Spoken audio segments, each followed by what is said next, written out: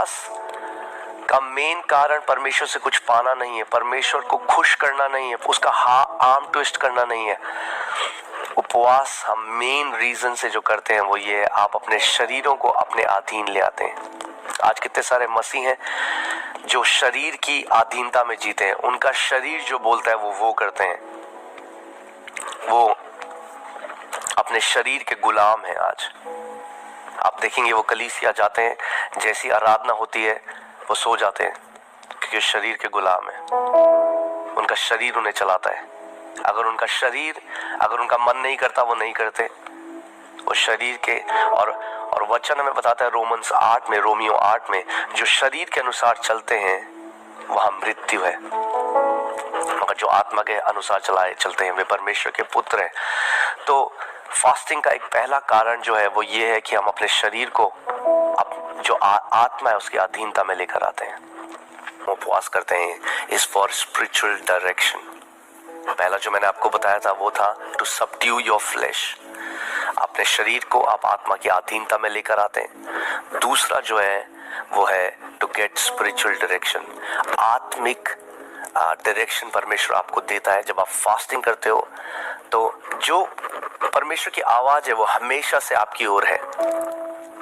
Bible कहती है जिसके सुनने के कान है वो सुन ले, आत्मा कलीसिया से क्या कहता है। English Bible says what the spirit is saying to the churches. So आत्मा हर समय अपनी कलीसिया से, अपने लोगों से बात कर रहा है, मगर क्योंकि शरीर की आवाज इतनी लाउड है, क्योंकि शरीर हमारा इतना तेज रीति से चिल्लाता है, मुझे ये दे, अब मुझे ये दे, अब मुझे ये दे, तो कई बार क्या होता है we miss on the voice of God. क्योंकि पवित्र आत्मा की जो आवाज है उसको जब बाइबल बताती है उसको बोला गया है स्टिल स्मॉल वॉइस, वो एक धीमी आवाज है। आप सोचो कभी आप अपने घर में हो और या आप कहीं रोड से कहीं जा रहे हो और वहां रास्ते में शादी हो रही है, बारात है और बहुत लाउड हल्ला चल रहा है, और उस हल्ले में आप कुछ कहना चाह रहे हो किसी को और वो सुन नहीं पा रहे। इसका मतलब ये नहीं आप कहना नहीं चाह रहे हो, मगर क्योंकि वहां पे इतना शोर है, इतना हल्ला है कि जो आपकी आवाज है वो दब गई उस शोर के अंदर। और ऐसे ही परमेश्वर लगातार अपने लोगों को गाइड कर रहा है। जोब 33:14, आयुब 33 उसके 14 अध्याय में बाइबल बताती है कि परमेश्वर एक तरीके से नहीं वरन अलग अलग तरीकों से अपने लोगों से बात करना चाहता है, मगर people do not comprehend him, मगर लोग उसकी आवाज को, उसकी वाणी को समझ नहीं पाते क्योंकि उनके शरीर की आवाज इतनी लाउड है। सो हम लोग जो ये उपवास कर रहे हैं, we are gonna subdue our flesh. कई लोग ऐसे हैं वो फास्टिंग करते हैं मगर वो टीवी देखते हैं। अगर आप वो करते हो तो आपका फास्टिंग करना बेकार है, क्योंकि फास्टिंग का उद्देश्य ही है बाकी शोर को कम करना। फास्टिंग का उद्देश्य ही है वो एक, कई लोग धार्मिक, जब हम पहले में मसीह में नहीं था हम लोग कैसे फास्ट करते थे, फास्ट करा मगर उसके बाद सब कुछ करा जो हम करते हैं, खाना भी खा लिया, खाना नहीं खाया तो चिप्स खा लिए, 4 केले खा लिए तो वो फास्टिंग नहीं है, वो एक धार्मिक फास्टिंग है और उसका कोई भी रिवॉर्ड नहीं है। मगर जो मसीह में हम निर्बुद्धियों की तरह, हम उन लोगों की तरह फास्टिंग नहीं करते जिनके पास प्रकाशन नहीं है। हमारे पास परमेश्वर ने प्रकाशन दिया अपनी आत्मा का। जब आप फास्टिंग करते हैं कुछ भी ऐसा आप ना करें जिससे जो प्रभु आपको करना चाहता है आप उसको हिंडर करें, आप उसको रोकें, वो शोर बढ़ जाए। हाँ, तो इसीलिए बाइबल हमेशा कहती है फास्टिंग के साथ प्रार्थना, फास्टिंग एंड प्रेयर। क्योंकि अगर आप फास्टिंग, यानी फास्टिंग सिंपली टर्म्स में इंग्लिश में लिखा है एब्स्ट्रेनिंग फ्रॉम फूड, खाने से अपने आप को दूर करना। अगर आप केवल खाना नहीं खाते मगर साथ में प्रार्थना नहीं करते, परमेश्वर के वचन पे मनन नहीं करते, तो फिर आप डाइटिंग कर रहे हैं। और दुनिया डाइटिंग कर रही है आज, मगर उसका कोई आत्मिक, आपको शारीरिक उसका बेनिफिट मिलेगा जरूर, मगर आत्मिक अगर आपको बेनिफिट चाहिए तो प्रेयर को उपवास के साथ आप जोड़ दें। It's fasting and prayer. सबसे कहा कि आप लोग सोशल मीडिया से दूर रहें इन दिन जब आप फास्ट करते हैं। आप उन ऐप्स को अनइंस्टॉल कर दें, डिलीट कर दें, जो कुछ आप करना चाहें। टीवी ना देखें, इन दिनों आप अपने आप को अलग करें। ये फास्टिंग का करने का मतलब ये है कि हम अपने आप को अलग कर रहे हैं कि ताकि हम लोग जो शोर हमारे जीवन में है वो शोर को हम लोग शांत करें और जो आत्मा की आवाज़ है उस डायरेक्शन को हम पाएं। और जब हम लोग ये 21 दिन की फास्टिंग कर रहे हैं, आप डायरेक्शन मांगिए। अगर आप मिनिस्ट्री करते हैं तो मिनिस्ट्री के लिए मांगिए। अगर आप जॉब करते हैं, जो कुछ भी आप करते हैं, आप परमेश्वर से बोलिए, प्रभु तू मुझे डायरेक्शन दे इस साल के लिए, तू मुझे इंस्ट्रक्शन दे पिता, तू मेरा चरवाहा है, तू मुझे बता इस साल मैं क्या करूं। और मैं आपको कुछ प्रैक्टिकल चीजें बताता हूं फास्टिंग की, उसके बाद मैं थोड़ा वचन से आपको बताऊंगा। कई लोग कहते हैं हम लोग कैसे फास्टिंग करें, 1 मील छोड़े, 2 मील छोड़े, 3 मील छोड़े। देखिए बाइबल में कोई एक फॉर्मूला नहीं है फास्टिंग का, ठीक है। कई लोग सीधे 40 दिन के उपवास में चल जाते हैं, जबकि उन्होंने कभी भी छोटे पहले उपवास नहीं रखे। मैं उसको रेकमेंड नहीं करता क्योंकि फिर उनकी तबीयत खराब हो जाती है, हॉस्पिटल एडमिट हो जाते हैं। The strength is built little bye little. कुछ भी चीज करने का जो बल है वो हल्के हल्के करके बिल्ट होता है। सो अगर आपने आज तक उपवास नहीं करा है और ये पहली बार आप उपवास कर रहे हो, तो मैं आपको ये गाइड करूंगा कि जो है ब्रेकफास्ट और लंच आप स्किप कर सकते हैं और आप डिनर कर सकते हैं हर एक रात को। और इसमें कोई बड़ी बात नहीं है, आपके साथ कुछ भी नहीं होगा, आप मरेंगे नहीं 2 मील स्किप करके। भूख लगेगी क्योंकि वो आपके शरीर की आदत है, आपका शरीर भूख मांगेगा, मगर जब आपको भूख लगे तब आप 1 गिलास पानी पी सकते हैं। और फिर अपने दिमाग को प्रभु के पास लगाइए। स्पेशली अगर आप जॉब कर रहे हैं और आप हार्ड वर्किंग जॉब कर रहे हैं, तो ये फास्टिंग में आपको रेकमेंड करूंगा कि आप डिनर करिए, आप ब्रेकफास्ट और लंच स्किप कर सकते हैं। और वो लोग जो लंबे फास्ट में जाना चाहते हैं, मैं आपको ये बोलना चाहता हूँ कि कई बारी लोग क्या करते हैं, वो लंबे फास्ट में जब जाते हैं तो बहुत बारी चाय पीते हैं और चाय में शुगर होता है। अगर आप लंबे फास्ट में जाना चाहते हैं तो अवॉइड करिए मीठा खाना, क्योंकि मीठा आपके फास्ट को तोड़ देगा। मैं आपको थोड़ा बायोलॉजिकल बातें बता रहा हूँ, उसके बाद मैं आत्मा में जाऊंगा, तो कुछ प्रैक्टिकल चीजें बता रहा हूँ। तो वो लोग अगर लंबा फास्ट करेंगे, उनका फास्ट बहुत कठिन होगा, 10 गुना ज्यादा कठिन होगा उस व्यक्ति से जो केवल पानी पी रहा है। क्योंकि अगर आप केवल पानी पीते हैं तो करीबन 36 घंटे बाद आपका जो फ्यूल बॉडी लेती है, जो हमारा फ्यूल शुगर से, ग्लूकोज से बॉडी हमारा जो ईंधन बनाती है, वो फ्यूल बॉडी चेंज कर देती है और उस प्रक्रिया को कीटोसिस कहते हैं। और फिर हमारा जो शरीर है वो आपके फैट से, आपकी जो चर्बी है, उससे एनर्जी लेने लग जाता है और फिर आपको भूख लगनी बंद हो जाती है। सो पहले 3 दिन जो है वो थोड़ा मुश्किल होंगे और उसमें अगर आप अनुग्रह मांगेंगे, मैं बिलीव करता हूँ वो मुश्किल नहीं होंगे। मगर 3 दिन के बाद जब कीटोसिस, आपकी बॉडी फुल ब्लोन कीटोसिस में चली जाएगी, तो आपको भूख लगना बंद हो जाएगा।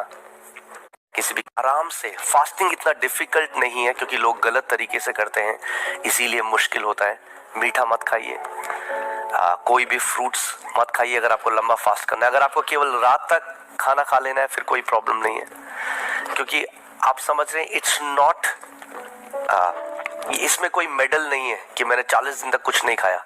वो हम उसके पीछे नहीं है, इट्स नॉट द डेज, इस बात को समझिए।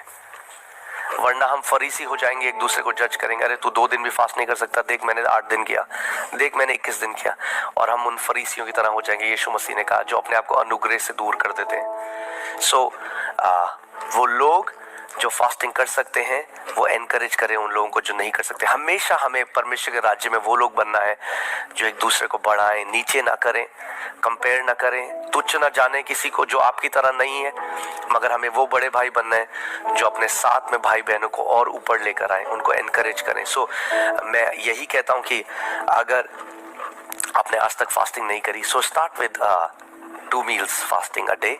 आप 2 मील की फास्टिंग करिए, रात को डिनर करिए और हल्के हल्के आप अपनी एंड्योरेंस बिल्ड करेंगे। आमीन। कई लोग ऐसे हैं जो जिम में जाते हैं और फिर उनका हाथ दर्द करता है 1 महीने तक और फिर वो जिम नहीं जा पाते। और कई लोग ऐसे हैं उनके इतने बैड एक्सपीरियंस हो गए फास्टिंग के, क्योंकि गलत तरीके से उपवास किया, अब वो उपवास करना नहीं चाहते। एक भाई मुझे मिला, वो कहता है मैंने फास्टिंग करी, मेरी आंतें चिपक गई, इतना मैं प्रॉब्लम हो गया, हॉस्पिटल एडमिट हो गया। सी हाँ, इसीलिए मैं कह रहा हूँ, मैं आपको कुछ प्रैक्टिकल इंस्ट्रक्शन दे रहा हूँ कि ये फास्टिंग आपके लिए एक बुरा एक्सपीरियंस ना हो, ये फास्टिंग आपके लिए एक अच्छा एक्सपीरियंस हो। We don't get medal on days, इस बात को मैं आपको फिर से कह रहा हूँ। अगर आपने ज्यादा दिन उपवास किया अपने भाई बहनों से तो परमेश्वर आपको ज्यादा प्यार नहीं करेगा, आप ज्यादा अच्छे नहीं बन जाओगे। मगर ये उपवास हम जो कर रहे हैं, हर एक व्यक्ति अपनी कैपेसिटी के हिसाब से, आप अपने हिसाब से करें उसे, अपने अंदर उस चीज को देखें। कोई यहाँ पे कह रहा है कॉन्स्टिपेशन हो जाता है जबरदस्त, तो आप पानी पिए, ड्रिंक लॉट्स ऑफ वाटर, जितना ज़्यादा हो सकता है आप उतना पानी पीजिए जब आप उपवास करते हैं, कि ताकि आपको कॉन्स्टिपेशन ना हो। और जब कभी आपको भूख लगे, जब कभी हंगर पैंग्स आपको परेशान करे, फिर लगे बहुत तेज भूख लग रही है, तो आपके शरीर को खाने की ज़रूरत नहीं है, आपके शरीर को आदत है खाने की, इसलिए वो खाना मांग रहा है, ज़रूरत नहीं है, क्योंकि बहुत फैट हम सबके शरीर में है। हाँ, बहुत दिन का खाना हमारे शरीर में ऑलरेडी शरीर ने रखा हुआ है, जमा करके रखा हुआ है, और आप केवल पानी पी सकते हैं। और जैसे मैंने आपको बताया, अगर आप इलेक्ट्रोलाइट नहीं है घर पे, इलेक्ट्रोलाइट और कुछ भी नहीं है, केवल नमक है, आप थोड़ा सा एक चुटकी भर नमक एक गिलास पानी में डाल सकते हैं, थोड़ा गुनगुने पानी में, और एकदम ठंडा पानी मत पीजिए, हल्का गुनगुना पानी, उसमें थोड़ा एक चुटकी नमक आप डाल दीजिए, उसको पीजिए, आप देखेंगे आपका हंगर चला जाएगा। और आप दोबारा उसके बाद वचन में मनन करें, प्रार्थना करें, अन्य भाषा में प्रार्थना करें जितना आप कर सकते हैं। हालेलुया। सो ये कुछ प्रैक्टिकल बातें थी। कई बारी जब मैंने फास्ट करना शुरू किया, किसी ने मुझे प्रैक्टिकल नहीं बताया, हर कोई कहता था उपवास करो, मगर स्टार्टिंग में जब मैंने उपवास किया मेरी तबीयत खराब होने लग गई, क्योंकि किसी ने मुझे इंस्ट्रक्ट नहीं किया, कोई मुझे सिखाने वाला नहीं था कि प्रैक्टिकल तरीका कैसे है जिससे हम उपवास कर सकते हैं। फास्टिंग इतनी डिफिकल्ट नहीं है जितनी लोगों को लगती है, क्योंकि कोई इंस्ट्रक्शन देने वाला नहीं है। मैं आपको आज प्रैक्टिकल इंस्ट्रक्शन दे रहा हूँ कि आप एक चुटकी नमक डालिए, मीठा आपका फास्ट तोड़ देगा। सो अगर आपको लंबा फास्ट करना है, आपकी बॉडी कीटोसिस में नहीं जाएगी। अगर आप समझे आप खाना भी नहीं खा रहे, आप चाय पी रहे हैं, तो क्या हुआ, आपके शरीर में कोई खाना नहीं है, मगर आपकी बॉडी फ्यूल चेंज नहीं करेगी, क्योंकि मीठा आपके शरीर में जा रहा है, और मीठे को तोड़कर एनर्जी बनाने की कोशिश करेगी, ऊर्जा बनाने की कोशिश करेगी, और आप मिजरेबल हो जाएंगे। आपको लगेगा कि क्यों इतना मुश्किल है फास्ट। सो avoid sugars, avoid drinking tea. अगर बहुत ज़्यादा आपको लगता है कि आपको नहीं कंट्रोल हो रहा है, तो आप ग्रीन टी ले सकते हैं, ब्लैक कॉफ़ी ले सकते हैं बिना चीनी के। और फिर अगर कई लोग यहाँ पे कह रहे हैं मैं बहुत ट्रैवल करता हूँ, मैं ऑफिस जाता हूँ, जैसे मैंने आपको कहा, फिर से कोई डंडा नहीं रख रहा है आपके सर पे कि आपको नहीं खाना है। जैसे मैंने कहा, आप दो मील का फास्ट करके आप रात को डिनर कर सकते हैं, मगर ज़्यादा ज़रूरी है कि आप प्रार्थना में बने रहें। ज़्यादा ज़रूरी है हम राइट हार्ट से फास्टिंग करें। हम शो ऑफ करने के लिए, हम दिखाने के लिए, अपनी आत्मिकता दिखाने के लिए हम फास्टिंग नहीं कर रहे। मेडिकल रीज़न है, मैं समझता हूँ। प्रेग्नेंट मॉम्स हैं तो आप उसको अवॉइड करें। अगर आप प्रेग्नेंट हैं, अगर आपकी मेडिकल कंडीशन है तो आप उसको अवॉइड करें। मगर अगर आप बिल्कुल सही हैं और आप एक मील भी नहीं छोड़ सकते, तो you are under the domain of flesh, आप शरीर की अधीनता में। जब आप फास्टिंग करें तो आप एक्सपेक्ट करें कि प्रभु की डायरेक्शन आएगी, परमेश्वर आपसे बात करेंगे, और आप उस चीज़ को लिखिए, मनन करिए वचन को, सुबह और शाम वचन पढ़िए, अपने आप को अलग करिए,